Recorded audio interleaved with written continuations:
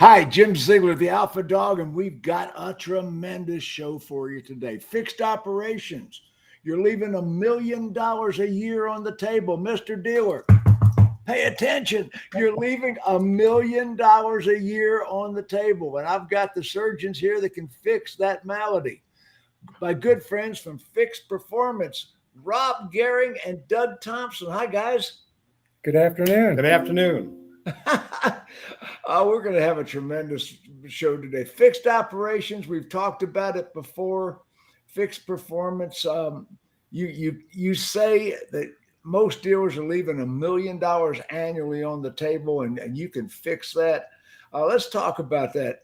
Doug, I just met you today. What do you do? Well, I've worked with Rob for I think 11 or 12 years now. But prior to that, I was an equity partner in a dealer group. I was a fixed operations director. I was a technician, a service manager, parts manager, body shop manager. And so I've got a pretty well-rounded knowledge base for specifically automobile dealerships. Wait a second, Doug. Are you trying to say that you can actually do what you teach? I can. There's a lot of frauds out there that can't do it. Well, my former partner said that I cut my teeth on the garage floor. So I started when I was a kid, and I've been in dealerships for 46 years. So I've got a couple days behind me. Okay, and got some good experiences too across the great experiences. Sounds like. Well, the point is, today we're going to talk about operational techniques, processes, things that dealers do right, things dealers do wrong, things dealers can improve, and we're going to talk about your in-store consulting programs and your. Should we talk about warranty audits, Rob? Well, I tell you what. As far based as that is, focusing in on what we can talk about for improving processes, man, that's a 5-hour show in itself. But let's condense that and see what we have left over. Okay, well, where do we start? Okay, I picked up the phone. I'm frustrated about my service operation, and I'm a dealer principal. I'm a general manager. I pick up the phone and I call Rob. I call Doug, and the phone rings. And what do you say to them? Well, first of all, it's not about us, and it's not about necessarily them. But can you imagine the number of customers that go through the dealership service department every day? Every day. And then you figure, what are we doing that ticks them off? One of the most common complaints I've heard, and Doug, I'm sure you as well, why does it take me an hour and a half for an oil change? I've been here 2 hours. No one's updated me. And they called it quick lube. Yeah. Well, why is that done? Well, and then if you're irritating one person, you walk by the customer lounge at 8:30, and there's not a place to sit.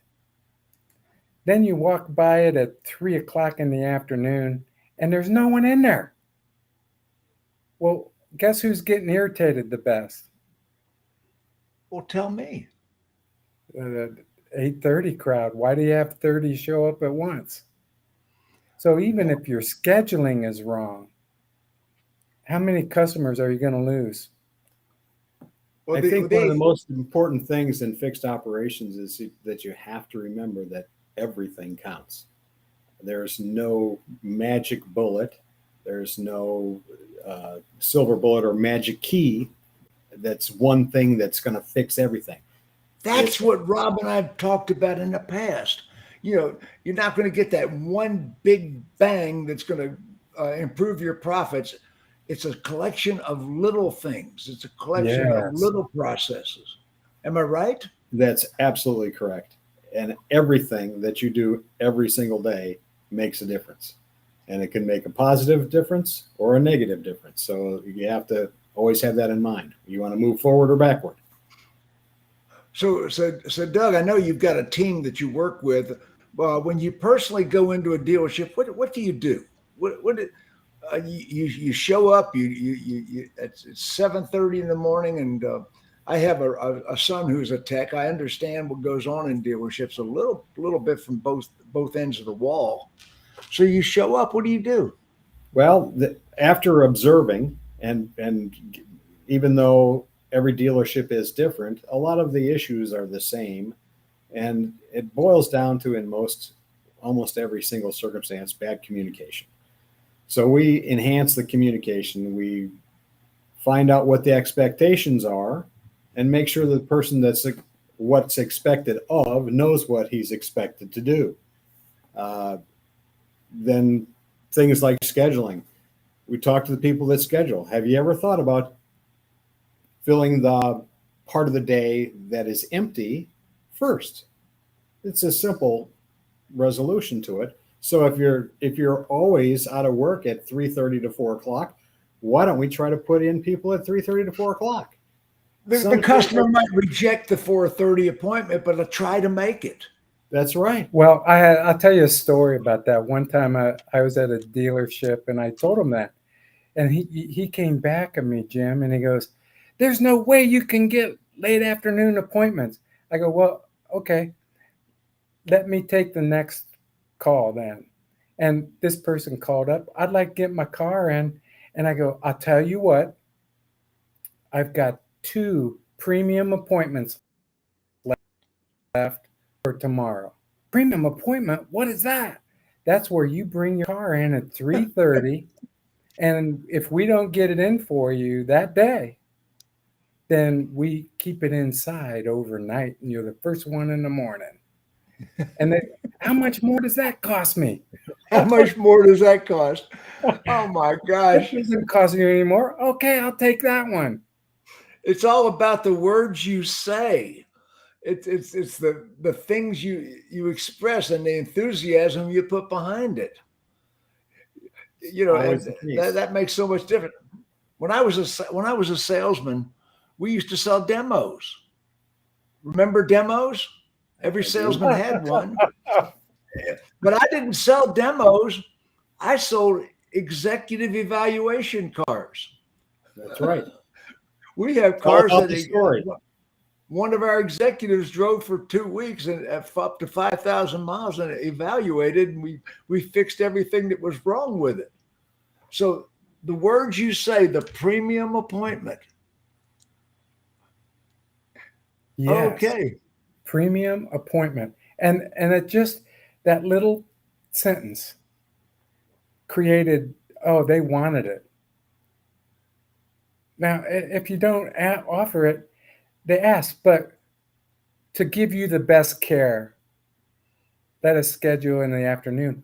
That's our best time to get through the shop.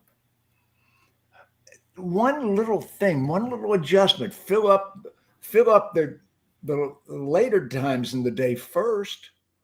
Everybody can fill up the 8:30 appointments, and they think easy. that way. Am I wrong, Doug? I know you're absolutely correct. One of the biggest things is I'll look at a shop's schedule for like the day after Labor Day, and their schedule for Tuesday morning after Labor Day will be over full. Well, that's crazy, because you're going to get all kinds of walk-ins and everything else the day after a holiday weekend where everybody was traveling. So why wouldn't we schedule light on that day so that we could accommodate all those people that might be in an emergency situation? Do you know another thing about scheduling, Jimmy, and technician can't refrigerate it. When it's needed, you use it, or it's lost forever.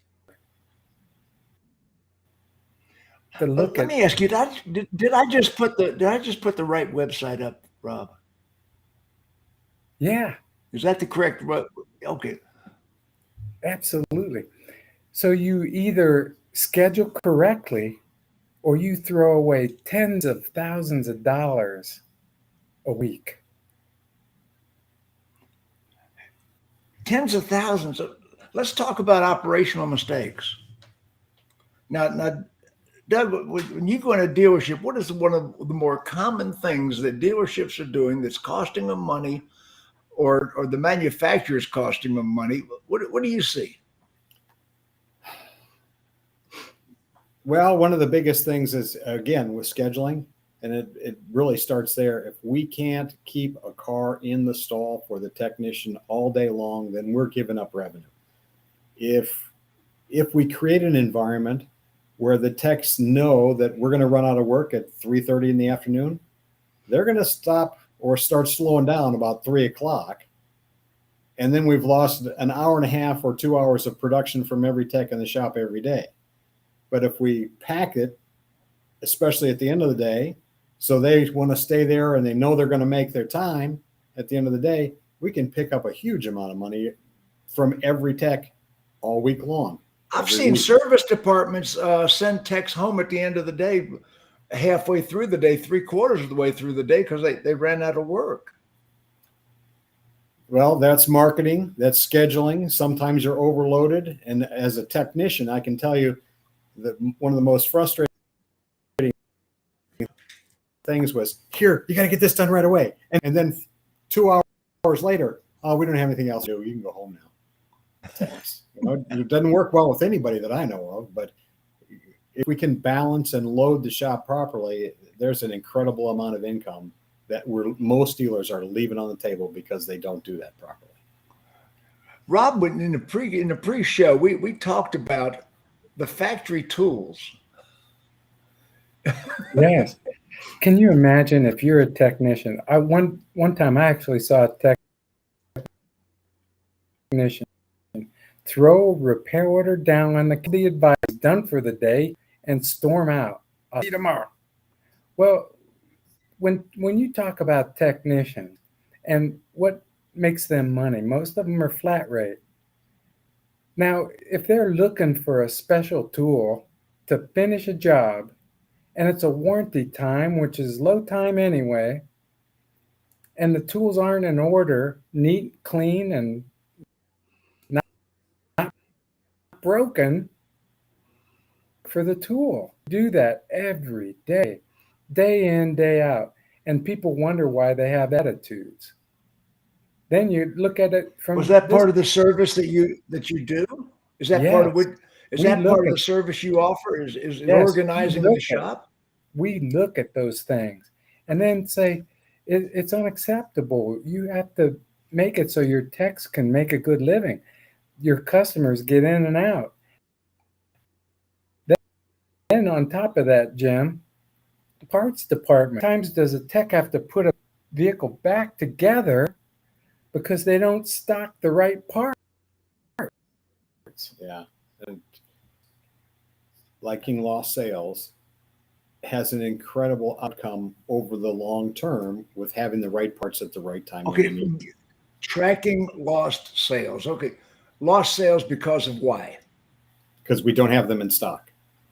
So if a tech comes up to the counter and says, I need an alternator for this model, and we don't have it in stock, then that's a lost sale. So if we track that, all the DMS systems will register that. And then if we have more than two, maybe in a 9-month period, it'll automatically recommend that we start stocking there, so that the next time, it's called a phase-in process, it will get phased into our normal inventory so that we have it more frequently. And that obsolete parts? That having the right part when the tech needs it is another way to increase incredible amounts of efficiency, because now I've got it all the way out. Now I got to put it back together because we don't have the part, and we're not going to have it for a day and a half, and I can't leave this dead horse in the middle of the shop for 2 days. No, so, absolutely. And how long does it take to get a part if we don't have it ordinarily? Well, are we talking pre-COVID or supply chain issues or post-COVID? No. At one point, it was really good, and almost, I would say, probably 90% of the parts could be obtained the next morning. But right now, there's parts issues with they have supply chain issues, and sometimes it takes longer. Supply chain issues are affecting everybody in every industry. Rob, now you have made the statement that most dealerships are leaving $1 million or thereabouts on the table. How do we remedy that? Where is that lost money? Well, if you look at all the things we're talking about, if you added up, what would it be if you could turn 10 more tech hours a day? What would it be if you can retain technicians?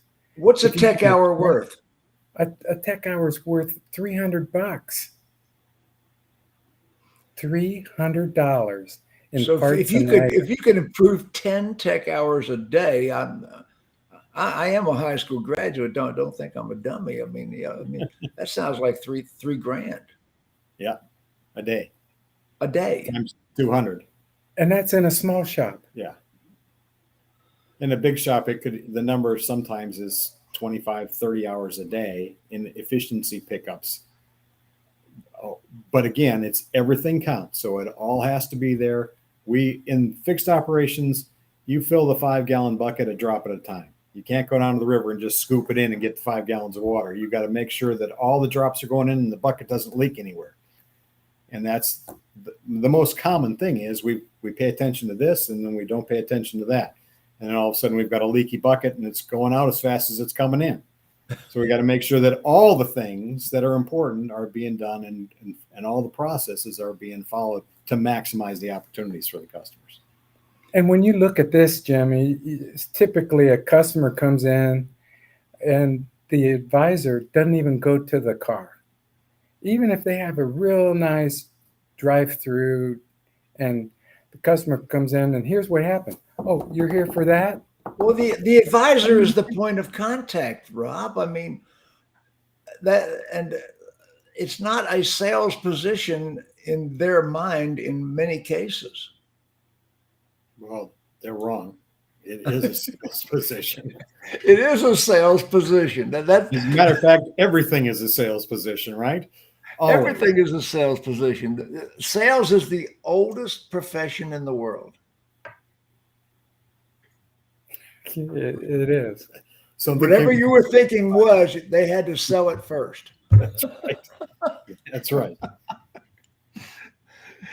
So absolutely, Rob, expand on that $1 million. We're going to save that deal. And look, you have to add it all up, and if you take these little things like sales per repair order, that might be if you did it, say 2,000 repair orders a month, and you added $100 per repair order, that's a whole bunch of money. Then you start adding these improvements in efficiency. And that's parts and labor. Yes. And there's a lot of pricing issues too. A number of the manufacturers now use bolts that are a single-use bolt. So every time you take something apart, you have to put a new bolt in. Now, in the course of a year's time, we might sell 300,000 of those bolts. What if we made a nickel more on each one of those bolts? Not a big amount of money, just a nickel more. But on 300,000, that's a whole bunch of extra money that goes back to as gross profit into the dealer's. Now, is that manufacturer warranty work as well as customer pay? And well, it can be both. It's easier to control what we charge the customer. But if we do that well, then we can substantiate getting them a better return on their warranty part sales also. And there's a big piece of money of that $1 million. That's a ton of money toward $1 million. I don't know a customer that drives on the drive that probably with a car more than a year old that probably doesn't need windshield wipers. You're absolutely right. And cabin air filters, for goodness sake, people want to breathe clean air. They do. And every time you go to Jiffy Lube, every time you go to Valvoline, the first thing they're going to do is show you your filters. Show and tell. It's absolutely correct. As you can see, Mr. Customer, you could plant corn in this air filter, and this is how your engine breathes. But I like to take when I'm looking at $1 million, and people that look and they analyze like we do. We're paid to analyze. I give them some labor ops, and I have them pull up labor op frequency. Now, brake fluid draws moisture. Chemically, it attracts moisture. Most manufacturers say every 2 years that should be flushed out of there and new brake fluid put in. Now, if you see 1,500 cars and you ask yourself how many have been 3 years or more without a brake service, it's 80% of them. I've owned 100 cars in my lifetime. I don't recall ever changing brake fluid. Well, say if they heard a presentation on they want their car to not corrode from the inside out. They want their car in a panic stop to do that in the shortest distance. You do not want water in your brake fluid. And if you said, if they heard a real nice word track to everyone that hasn't had one, how many would they sell? But if you, let's say you sold 300 where you don't sell any right now, and they're 150 a piece, how much is out of here? You know, I've always said on the sales side of the building, the words you say are your toolbox. It's true everywhere. It's always true. The words you use determine whether you win or whether you lose. But when I look at their labor op frequency, let's say, and I challenge everyone on this broadcast or sees it, ask your team, how many brake services did we do last month? How many batteries did we change? How many differentials did we service? And they're going to get real low numbers. Well, if you have 1,500 differentials come in and you started recommending that as a maintenance item, that's $120, $180 for one service, and there is 2 differentials and a transfer case on a 4-wheel. My goodness, that's say 400,000 in a labor op, one labor op. So if you add that brake service and then batteries are after 4 years old, they're getting near the end of the useful life. Have you ever had a battery fail on you? You need a tow. Of course. I've had batteries and alternators. I didn't always drive new cars. There was another part of my life. Well, they never failed a convenient time. No. So I've been on the side of the road more than once. Tow bill. Yeah. Tow bill, technician diag. Instead, we don't think it's a good service to have preventive maintenance and sell it before it breaks. Well, you know, Rob and Doug, the average car on the road I just read was 14 years. Wow. Ownership it was 8 years just 10 years ago. Now the average ownership, car still on the road, 14 years. My gosh, the repair curve starts at 42 months. You know, I've sold enough service contracts as an F&I manager to know the manufacturer puts a warranty on the car for 3 years, 36 in most instances, some of them 450, but 3 years, 36. Why do they do that? Because the average repair in the first 3 years is under $150. Right. The average repair after the first 3 years, and I'm talking years, not miles, is over $850. So at the 42-month mark, you start to get into expensive repairs, and the independent repair facilities are picking that business up. How do we combat that, Doug? Well, a lot of that goes back to what we talked about when we started, communication. The reason why many independents do so well is not because they're better skilled, better knowledge, better equipped, but their relationships that they build with the clients is more personal more one-on-one. And in a dealership environment, we have a tendency to treat everybody like cattle.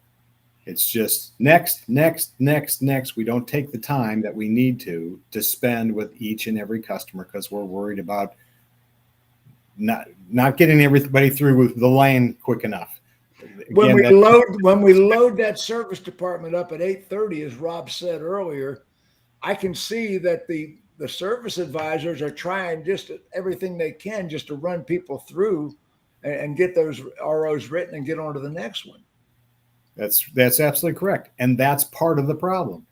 If we could spend, instead of 2.5 minutes with every customer, what if we could spend 7 minutes with every customer, or 8 minutes, or 9 minutes? Have an opportunity to build a little bit of a relationship, build the trust that we need in order for them to say, yes, please fix my car because I trust you and I like you and I believe you're going to do the right thing for me. That's incredibly difficult to do in a 2.5 minute period when you get to see them maybe once or twice a year.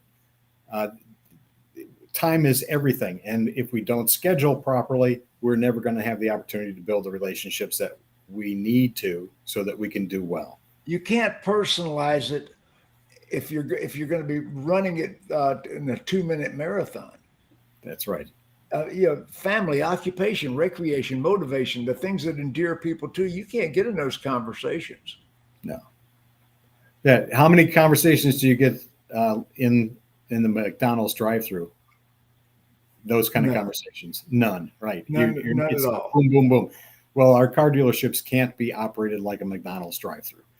We have to slow down. We have to take care of the customers. We have to build the relationships with them. And we have to honor the trust that they bestow on us. So anyway, Rob, get back to that $1 million. Tell me some more operational things that dealers can do that'll improve profitability. What's one of the little things that we overlook? Well, if you look at the little things, they're not little. For example, if you don't go to that vehicle and do a walk around when that customer is bringing the car in, you don't see the dent in the rear fender. So what happens is the customer, when they pick the car up, they're walking around their car and they go, "Look, those evil demons damaged my car." And who gets the blame for that? And then how do they feel?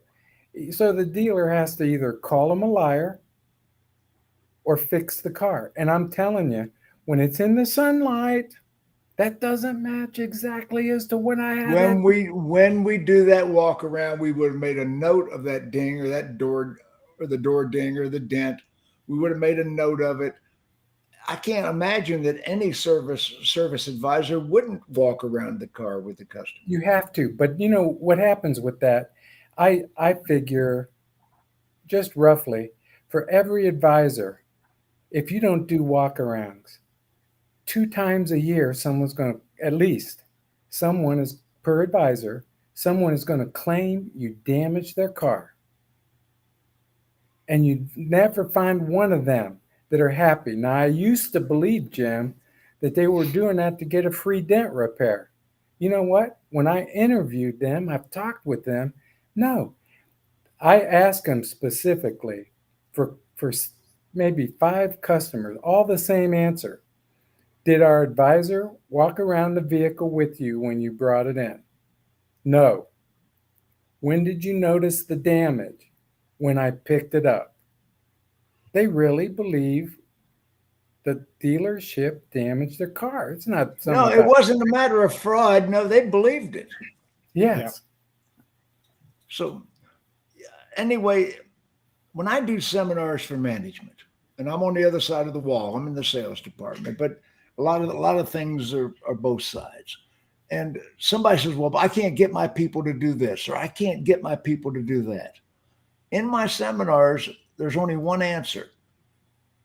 And I say, what is that a symptom of? And whenever I say, what is that a symptom of, the entire class is instructed to say weak management. I can't get my people to do that. Oh, what's that a symptom of? And everybody yells out weak management. because are you teaching managers how to be managers? Absolutely. That's one of the biggest things that we do is we work with the management staff in order to help them understand that it's really pretty rare that anybody takes a job with the goal of being bad at what they're doing. If they're bad at what they're doing, it's because we didn't train them right, or we didn't tell them what we wanted them to do, or we limited their capacity to do their job right by some of the restriction that we placed on them. Oh my gosh, that is so profound. It's true. It's true 100% of the time. And it doesn't make a difference which side of the wall you're on at that either. It could be in the sales room or in the shop. It really is. I used to tell managers that they'd be apprehensive when I came in the dealership and I was doing transit. Let me tell you something. I don't want your job. I'm not here. I have a job. But if you take everything I know and add it to what you know, how much better will we be? It's absolutely correct.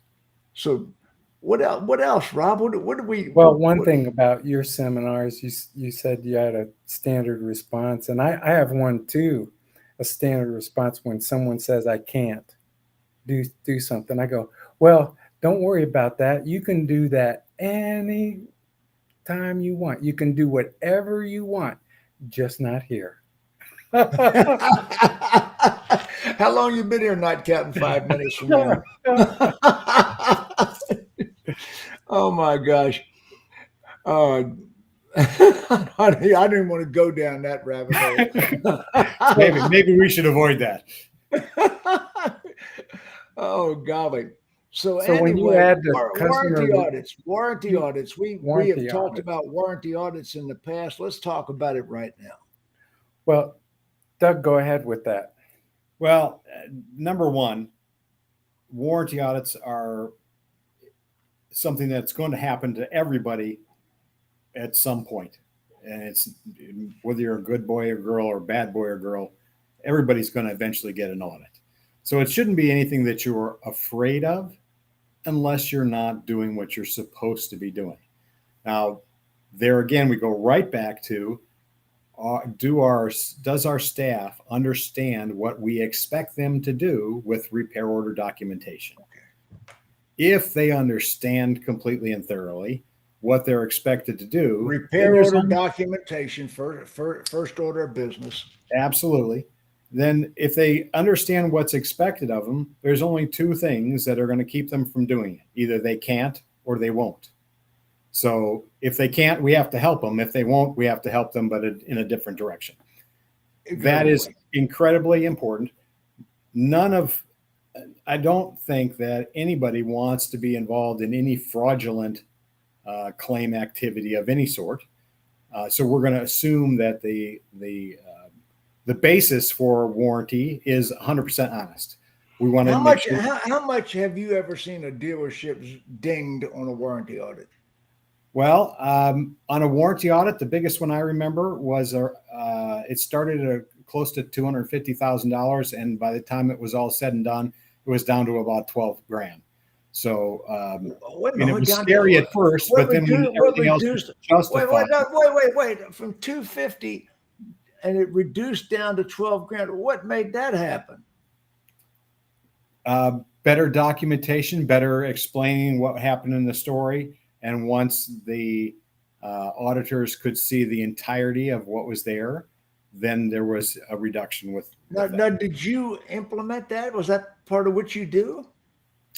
We have done that in the past. Yes, we recently took care of a big warranty audit for a client up in New York State and saved them a ton of money. My gosh. Rob, I'm going to ask you the same question. What's the biggest ding you ever saw a dealer take? 1.3 million, and I forgot about that one. And they wanted his franchise.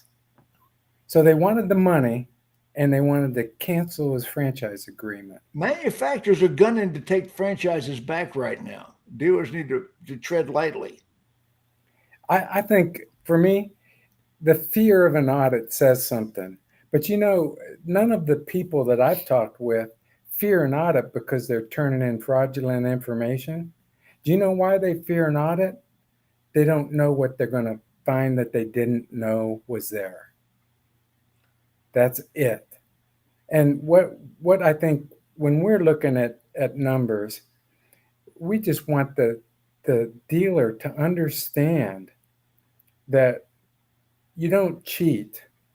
You tell what the story is, you put it in writing that a manufacturer or anybody can read it and understand what was done. The parts are taken care of correctly, and there's just process and procedure to whatever the manufacturer has in their book. And when you focus in on what that is, would you fear an audit? No. Well, They're going to Rob, come in and look. I've met some of your staff, and you've got warranty audit specialists on your staff. Yes. I mean, you've got people who, and I know Doug and you both do that, but you've got some people that is their livelihood. That's what they do. That's what they live and breathe is warranty audit. And what do they do? So we look at, I mean, no matter which one of our team is involved, we look at what the manufacturer says. They track these things really well. So if you have a high frequency repair rate in something, they turn yellow and then they turn red. They identify for you if you're charging too much in their view on parts. But one of the things that attracts attention is cost per vehicle serviced. And so many times when I was a rookie, I thought, oh, this person needed to adjust a door jamb. When you were a rookie, I won't even make a repair order on that. At Horace Greeley just said, "Go west, young man." When was that? More than a year ago. But when I styled into it, see, when they do their cost per vehicle jam, they look at 90 days of warranty claims per VIN, and they add them all together. And that's your cost per vehicle service. It's unfair, but that number is a lot higher than what your real number is. So what you offer the dealers is warranty audit loss prevention. Yes. Is it? Am I getting the gist of this correctly? Yes. Don't be there, and don't let them come back and look at your stuff. That $1.3 million fine that guy had. Don't be that guy. Yes. Know where you're at before. But what is that worth? And then on top of it, when you look at if it's not good documentation, and a lot of times we find the repair orders, they're keeping them open. They didn't close that out and get the money for the dealer. They didn't even file for it. It's in a pile they're going to get to someday. It's way over there on Someday Isle. So imagine if you had, I was just talking to a general manager, a small dealer in the middle of the countryside, and they do about 650 ROs a month. This was a couple of days ago. They had 180 open repair orders. Wait, no. You made that up. No, 180. And she said, we're working that down. I'm like, from where? Working that down? At the end of the month, you have almost a third of your month open. It seems like that's crazy, but in all actuality, it's not that uncommon. Doug, you're telling me you see that a lot? The worst one I saw recently, there was the store averages under 500 repair orders a month, and they had over 450 open repair orders with an excess of $400,000 on those repair orders. Some of them were over a year old. And most general managers came out of the sales side of the operation. They came out of the variable operation. They didn't come out of the fixed operation. They have a limited understanding of it, and you can basically you the value of a warranty audit, Rob, is the fact that you know the common things that are all over the country. Yes.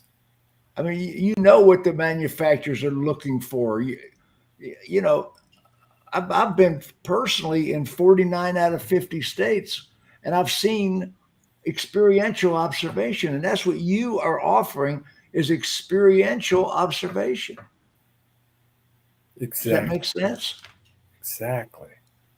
But if you had a calculator out and you start adding all these things up, improvements in efficiencies, lost sale and parts, so the Best technicians, practices. they have the parts that they need.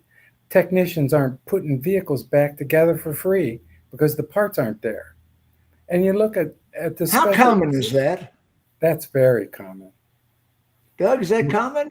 More common today than it had been in the past. Again, all the supply chain issues have really put a hurt on efficiencies because of lack of parts that we need.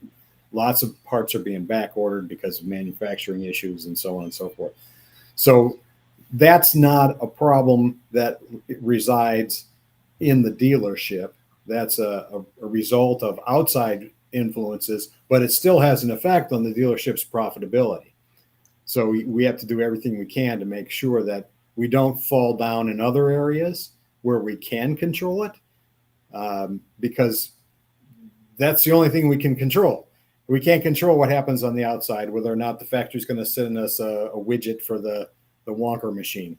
If they don't have it, we can't get it. We can't That darn fix it. Wonker machine again. Okay. All those things are, in our control, out of our control.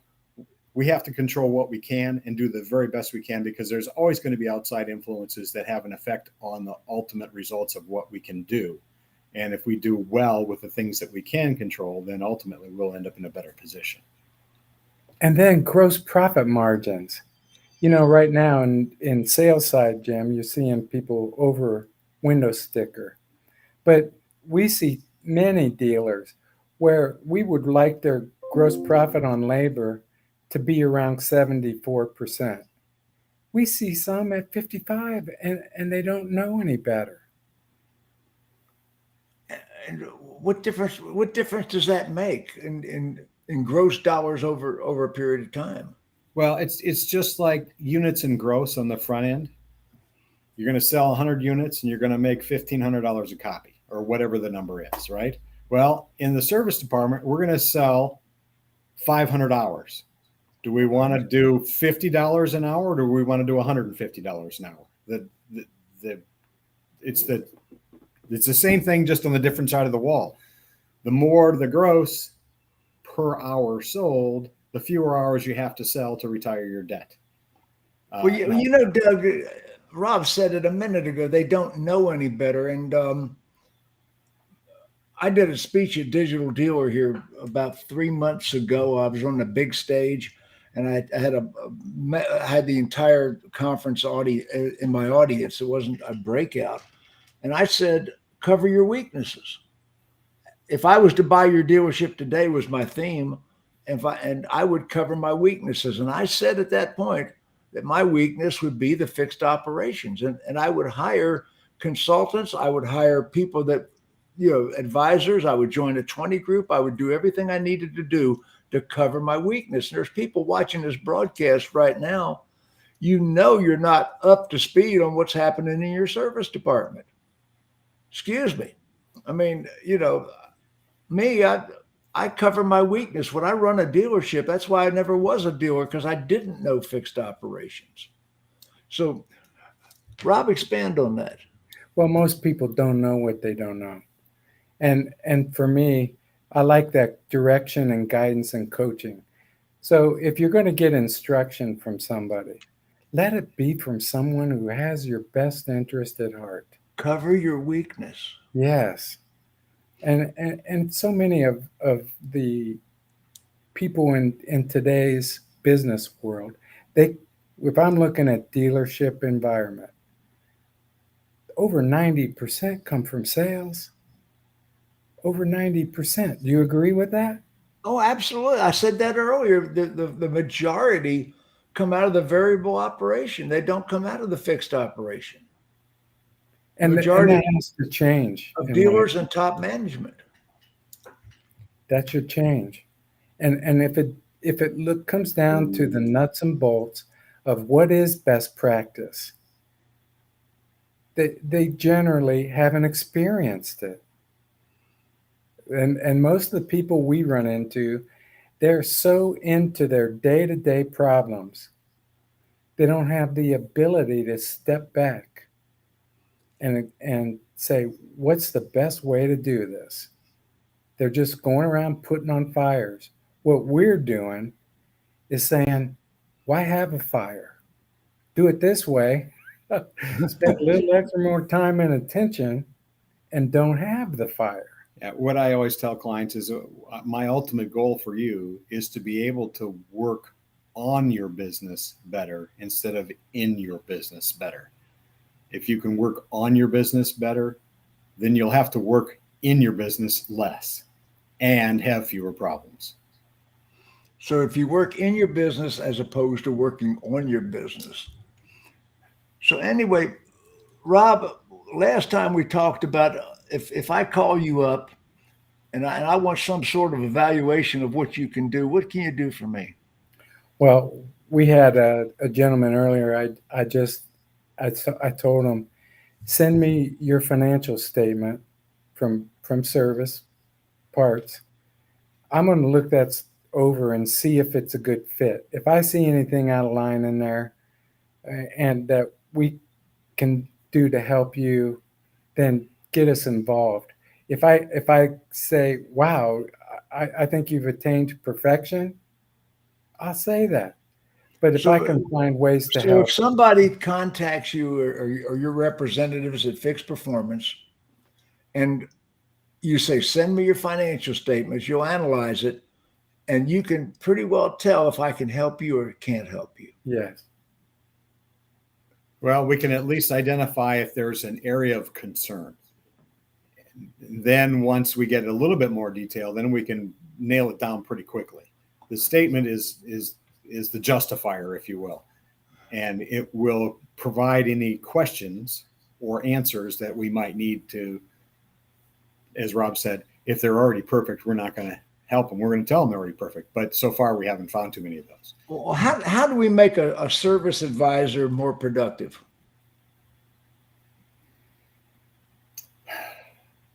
Well, that's $1 million question. I know. I just ran that greyhound right over you. And it's kind of like, how do you make a salesperson more productive? Mm-hmm. You work with them, and you set up expectations, and you break it down to be as simple as possible so that they can understand what they need to do in order to be successful. Now, one advantage of working in fixed operations as opposed to working in variable operations is on the showroom floor, I'm going to go back a few years to when I was a GM. If I had X number of ups over the course of a month, that might mean that each one of my sales staff was going to get the opportunity to talk to maybe 100 people or 150 people. A service advisor is going to do that in about 3 days. So we have the opportunity to practice a lot more in the fixed operations. And practice does make perfect as long as the practice is good practice. And it's a matter of closely inspecting what you expect. And anytime that there's something away from the line that we've determined is the best path to follow, then we say, why do we go off this line? We both agreed that this is how we should do it. Why did we do it a different fashion? Because if we did not the way that we said to do it. Does that service advisor use some sort of a menu when they do the walk around? How does that work? It varies from store to store. There's a lot of electronic menus that are available. There's a number of solutions. Most of the high-tech solutions that have been created because weak management. Let's just put that. So these are tools to help. When you're walking around with an iPad. Right. Now, I approach it a little uniquely in that I view it as a quality of life situation. So when you're asking, how do I work with advisors? And I always start from their end. Do you enjoy getting yelled at? Well, I haven't met anyone yet. Jim had said, yeah, oh, I dig it. Yell at me. So here's the truth. If a car comes into your shop, the customer expectation is you're going to look that over and tell them what it needs. Mm-hmm.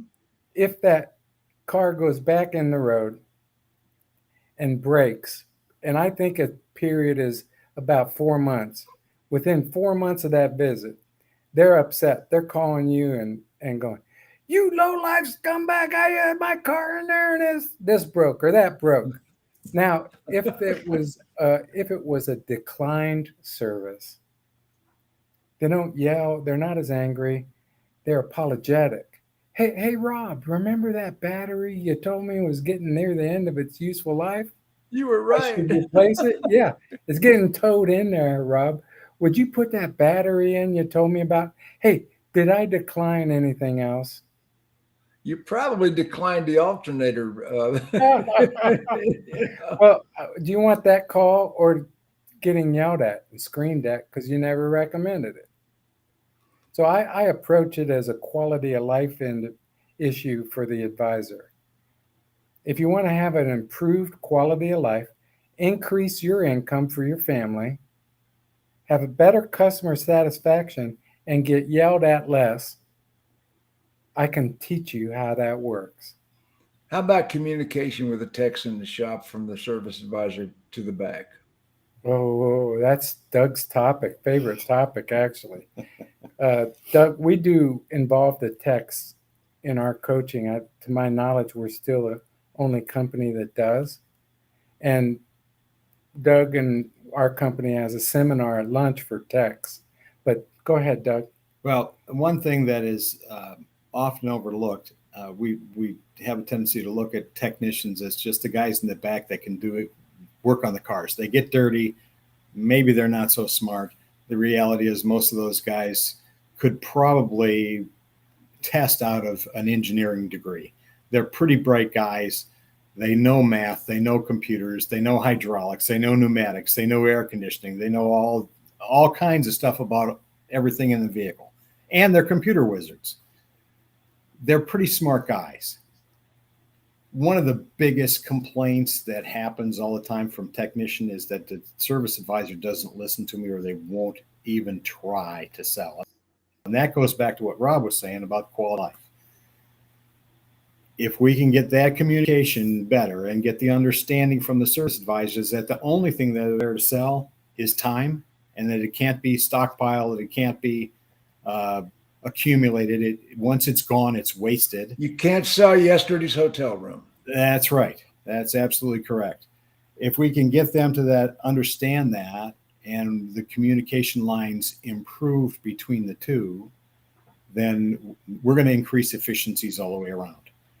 There's no question about that.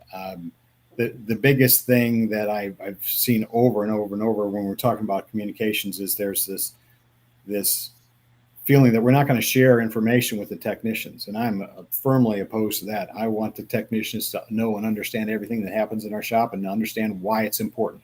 Because if it's important to them, then it means it'll be important to me, and it's going to be important to how profitable the shop is too. They don't want to work in a place that's going to go out of business. They want their paycheck to cash, and they want to make more money. Yes.